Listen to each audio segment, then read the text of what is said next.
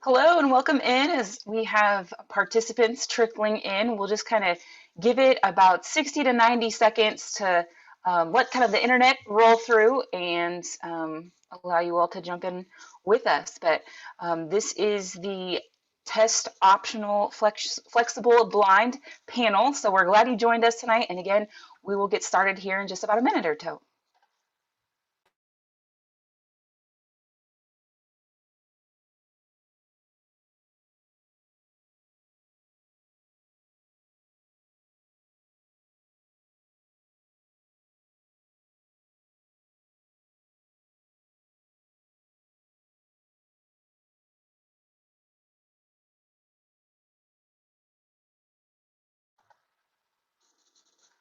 Welcome in to those of you who are trickling in. We will give it just another 30 seconds or so and we will get started. Um, Definitely let us know if you have any questions. That's totally what we're here for tonight. So we have some prepared questions that we will have our panelists go through. But if you have any questions, you see that in the chat, definitely throw those in the Q&A. The chat is disabled for you as a participant tonight, but we would love to see those questions come through the Q&A and we will get everything answered as well as we can. So with it being 7:31, we will go ahead and get started so we can get through this great information. My name is Chandra Crawley. I'm with Wichita State University. I've been an admissions representative for about 4.5 years, and I've got some great panelists here as colleagues. So I will pass it on to them to introduce themselves.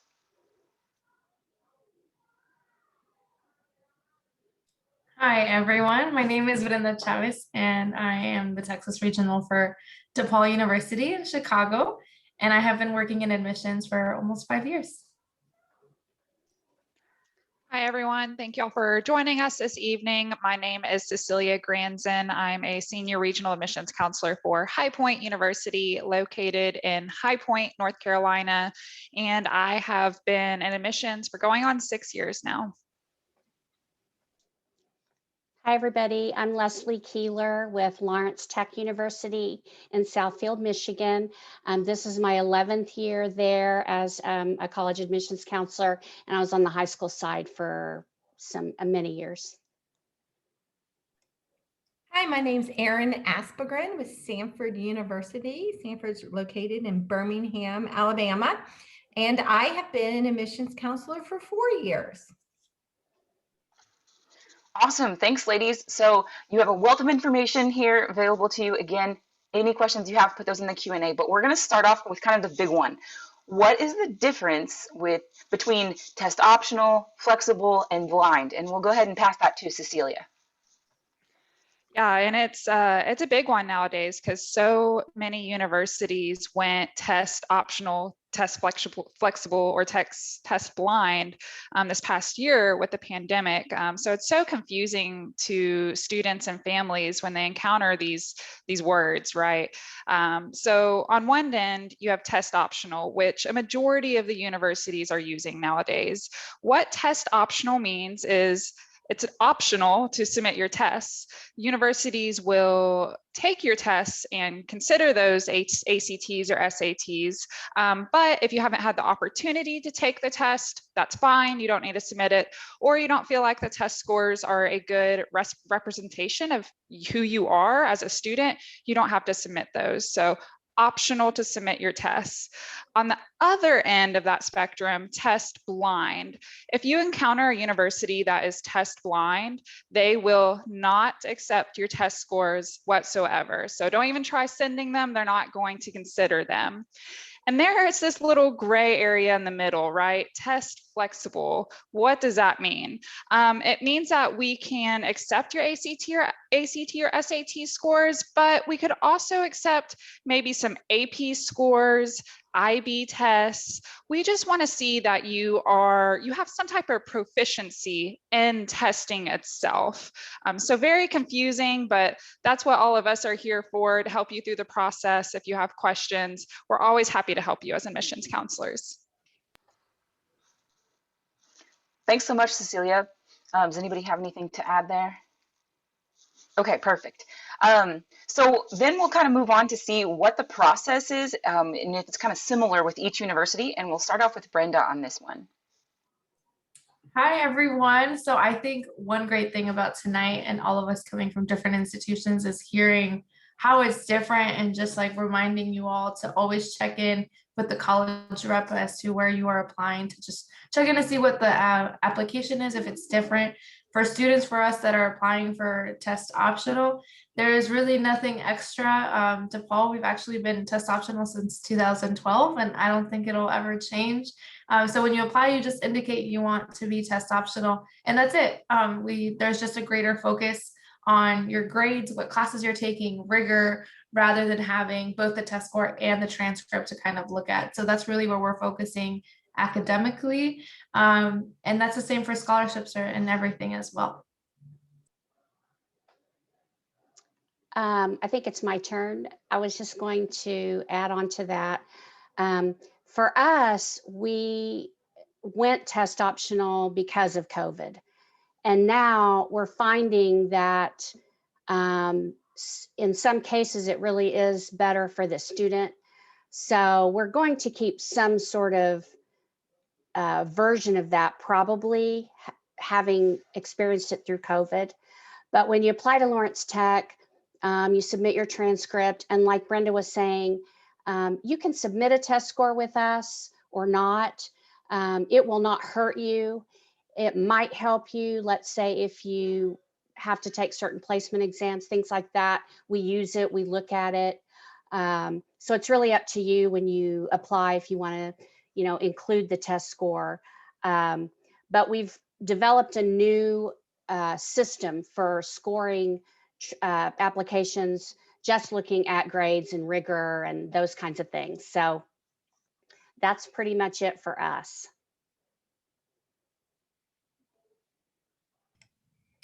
So Sanford has traditionally always been holistic admission, and that's where we look at your whole application. All schools have components that you turn in with an application. You'll have an essay, a letter of rec, a transcript, and a test score is what is a traditional list of components. This year, if you chose to be test optional this past year, we still looked at that same list of components. We just took out the test score. We did that because we're over 70% out of state. So we have students from all over the United States and the world that could not get a test score. We have not made the decision next year if we're going to be test optional. And if we do carry that over, it'll be just for next year. And so my encouragement to any student is to find out which schools you're looking at. And if they are test optional, go ahead and take a test. Take as many tests as you can. Have that test score as an option. And then when you're trying to decide what to do, I encourage all my kids to call me, their admissions counselor at Sanford, and just let me talk to them about what's best for them. But at Sanford, they might be admitted without a test score, but then there are a lot of programs you still need test scores for, to get in the nursing school, to be considered for fast track programs like pharmacy and physical therapy. So you do want to have that as an option so you're not left out of some programs that you may want to apply for. Yeah, I think my colleagues here covered most of it. Just to really get back to the root of the question, is the process the same for each university?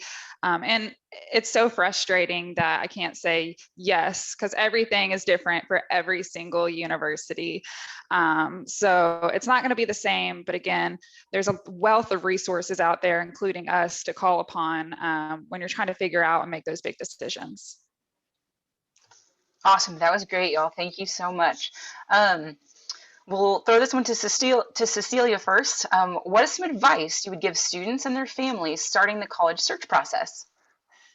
Man, there's so much to unpack here. I've had so much of advice, but I think my biggest piece of advice is just to be open-minded. Be open-minded about what you're looking for. Maybe you haven't heard of a certain university before, but it doesn't mean that it might not be the perfect fit for you. Be open-minded throughout the search, but also be open-minded once you get to that college. It is an opportunity to experience so much and to build yourself as a student as a professional and at a personal level. So just have that growth mindset and be very open-minded to all the opportunities in front of you. I would just add that if you can, if you're starting the process early enough, if you can work in some summer experiences, I think it's invaluable to visit a college campus and stay there for a while and try out a program. That would be something I would highly recommend if you're starting early enough. I would piggyback on top of what Leslie said, and that would be visit, visit, visit. So many kids are afraid to miss class their senior year, and most of us only look at your GPA through the end of your junior year. So if there's a time to like miss class, y'all go visit, go to all the senior preview days. Most campuses have them. And then I think the second thing is we all attend college fairs in your area. And even as a senior, go to the college fairs in the fall and talk to every college you can. And just, we're there as a resource for you. And a lot of times students use that as a time to interact socially with their peers. And I would kind of encourage you to ignore your peers and just go talk to as many admissions counselors as you can. We're a wonderful resource. I would also recommend looking into other areas of the university besides just what you want to study, right? Because they may have what you want to study, but maybe you want to get involved. Maybe you want to get involved in your faith. Maybe you want to get involved in social justice, right? So thinking about what other opportunities they have, asking about the university's mission. Why are you test optional? Why is it something that, you're trying to reach out to a population that is already underrepresented in test taking and standardized tests in the US? Ask those questions, really get to know the university, because you're going to be there for the next 4 years. And then you might even continue doing your master's or doctorate there. So definitely looking at it as more than just a school, but also, do your values align with it? Can you get involved? How are they going to help you really be a well-rounded student? Awesome, thank you. So we'll have Leslie start on this one. Should I submit both my ACT and SAT scores? I always say yes, because they are different tests and you might do better on one over the other. Also, some schools, I know that when we use test scores, we super scored. So if you had taken the test on a couple different occasions, we would take the highest subtest. So for the most part, yes, if you're going to take tests, take both of them. They are a little different, and submit both of them if you're going to submit. So Sanford takes the ACT or the SAT, whichever one you prefer. I do, again, to say what Leslie said, I do encourage you to try both tests. So you can figure out which one feels right for you. And then if you go with the ACT and you take it several times, send in all the scores. Many schools super score. But we also see it, like when I see someone submit 3 or 4 scores, I see that as work ethic. And I see that as college is more than getting a good score. It's working hard. And so even if you're not proud of that score, it's not where you want it. You may be proud of it, but it may not be where you ended up. And just keep in mind, we look at it from a different perspective. We know that God's gifted you all in different ways, and some the ability to take the standardized test, and the rest of us have to really work hard.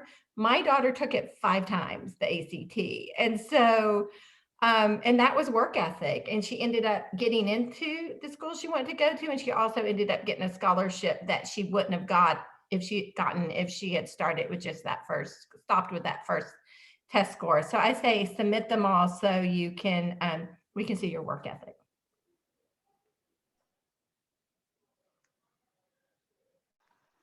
Anything to add?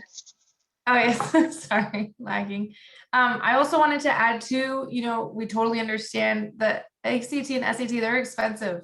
So even if you cannot take them several times, that's completely understandable. And then on top of that, we understand that sending your scores can also be expensive as well.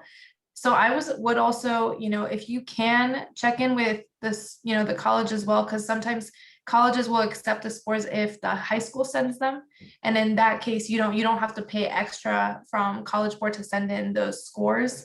So if you can send in, both ACT, SAT, doesn't hurt unless it's a test blind school, then obviously they're not going to see it. But yeah, they're expensive. So definitely figure out other ways how to get around that, because I know that it can add up. Yes to everything they just said. Awesome. Yes, that's such good advice. I guess something I always think of too is I don't know very many places that are going to look at your worst score if you send multiple. So there's that. So we'll throw this to Erin. We'll let you start on this. Will I still be considered for scholarships without scores? So that is definitely a per school question. And I would definitely ask, like if you have a list of 5 schools that you're applying to, I would ask those all individually.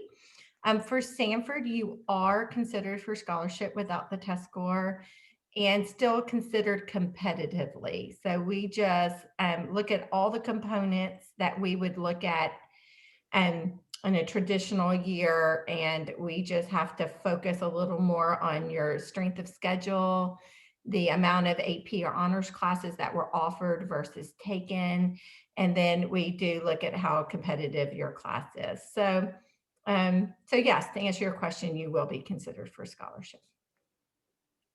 And that is the same for DePaul.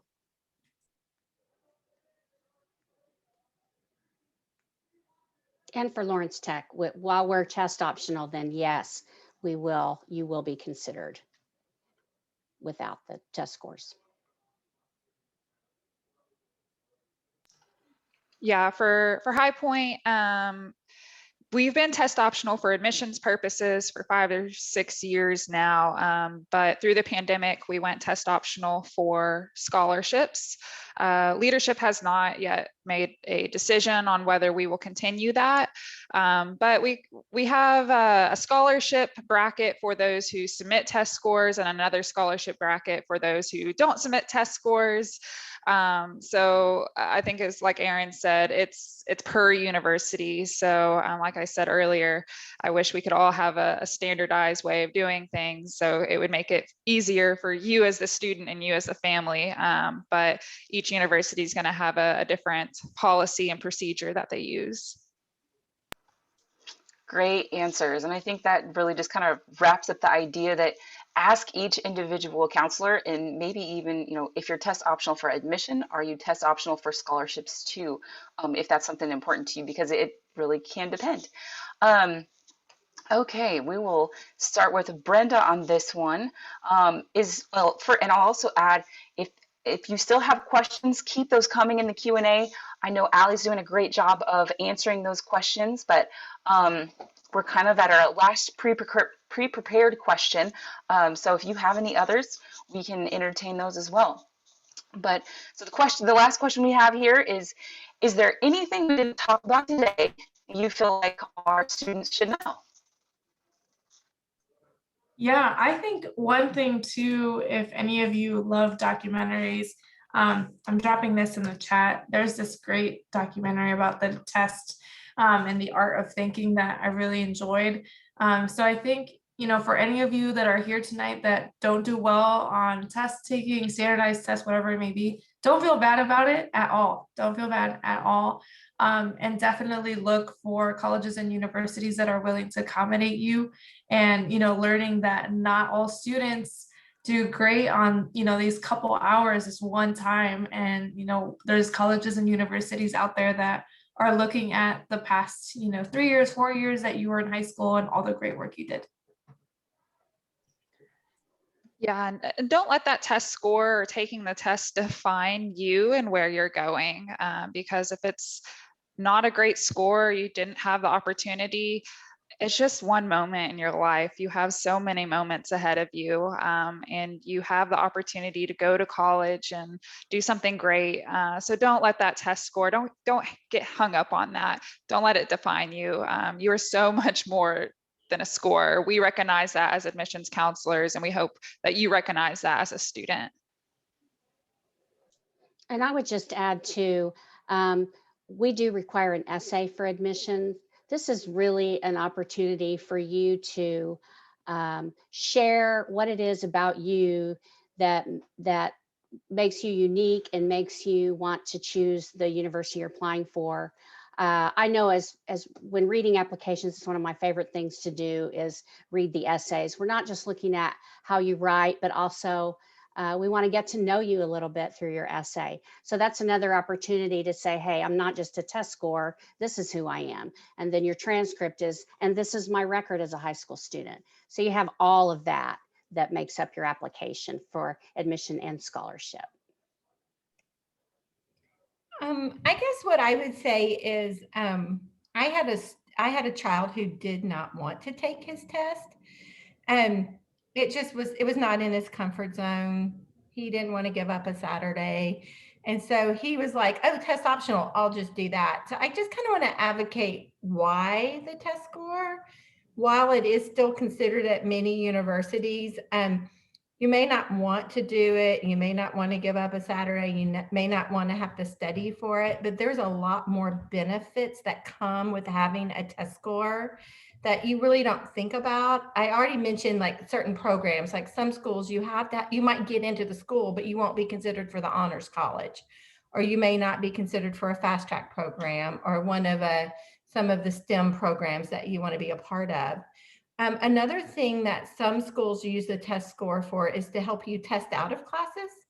So let's say you got a 28 on the ACT, you may not have to take pre-cal. You could take anything in that place. So there's some things that we kind of know about that you may not know about in the process. So there's, until things change across the board, there are some benefits to having it. And another benefit is to place you in classes that you need to be at certain levels. And so we use it for more than a mission. We use it for placing you in classes, and we use it for getting into some of the competitive programs within the university. And so I guess my advice would be power through and do it if you have the opportunity to do it. And then if you don't have the opportunity to do it, you need to advocate for yourself. So most of us are at universities where we have time to invest in relationship with you.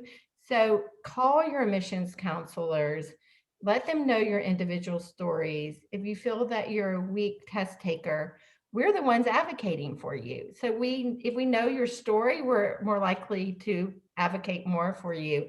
If you don't like your GPA and there's a story, there's always a story about a GPA.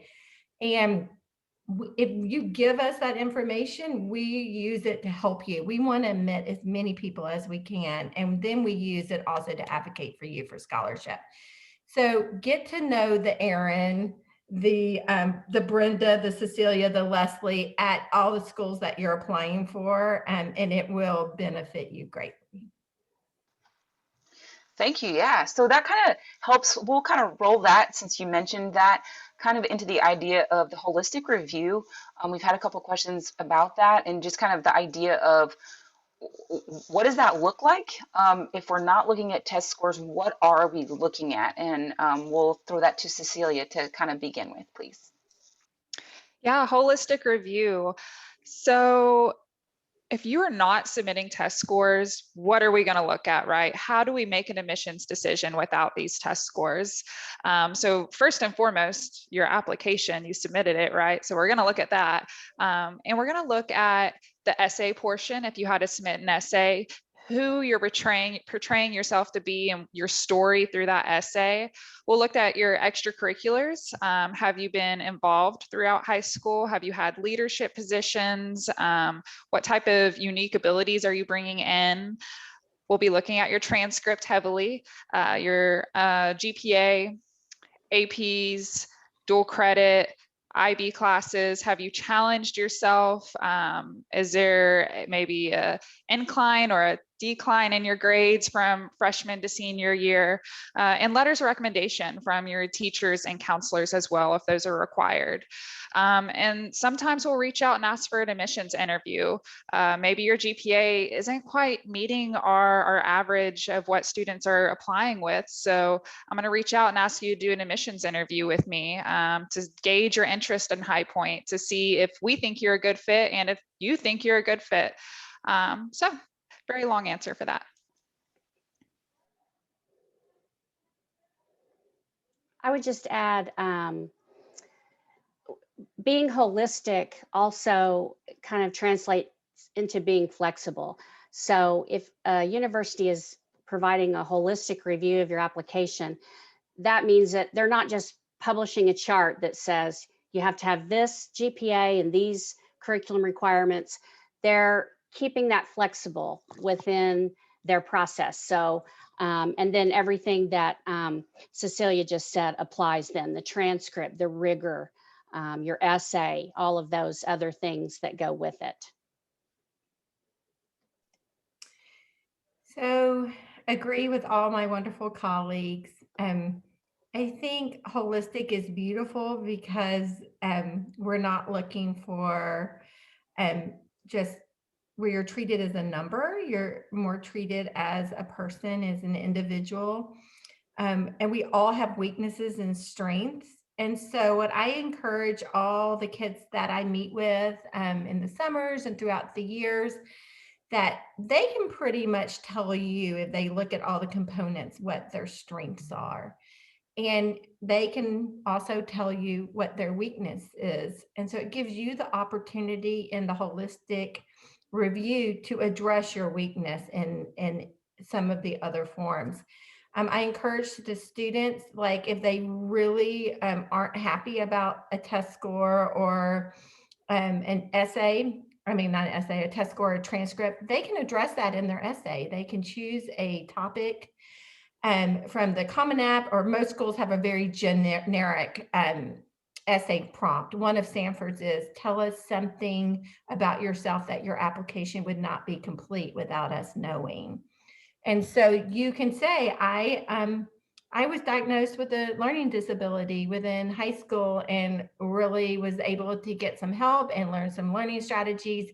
And I'm really proud of my calculus grade. I mean, look at that, or my, look at my Algebra 1 versus my Algebra 2. I mean, talk about it, because we see the transcript, so address it. In the Common App, there's a little section that says additional information. You can put anything you want there. So use the holistic review so we can treat you, and you can use that as an opportunity to address some of the things that you wish you could have done differently. Another thing I just want to throw in, like if you've done something awesome and you really don't feel like it was addressed on the anywhere in the application or addressed enough, you can write your essay about that, or you can, add that as additional information. Like, I raised $60,000 for children at risk, and with this nonprofit, it's a time to brag about yourself, and that some kids are a little uncomfortable with that. But, give us as much information as we can to advocate for you and help you. So that's it. Yeah, I think those are all great things. I think the main points really is you are not just, one side, right? There's so many different sides to you, to so many different skills. I love, Erin saying, don't be humble, like this is really your time to shine. And you may not be the best in one subject, but you will be in another. And that's my favorite part about holistic admission, is that we're really looking at everything.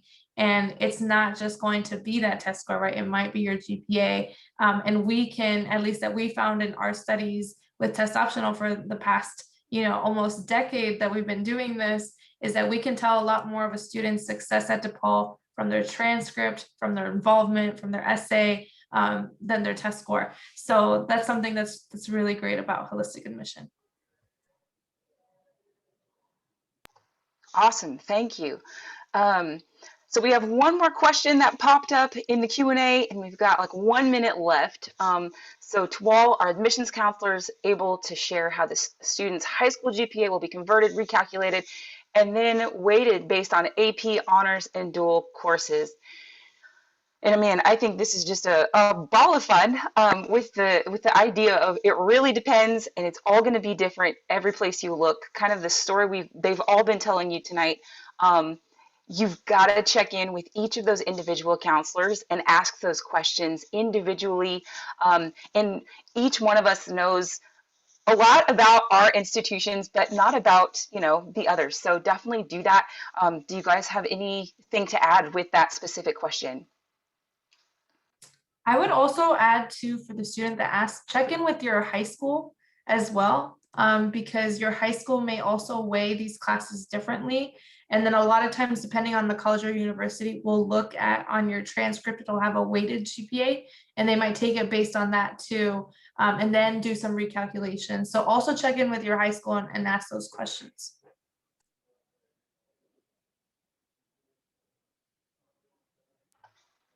Does anybody else have anything to add before we let our wonderful students and families go? Awesome. Well, thanks again so much for joining us tonight. Definitely check out the chat there. If there's any links you need to save before you head off tonight, feel free.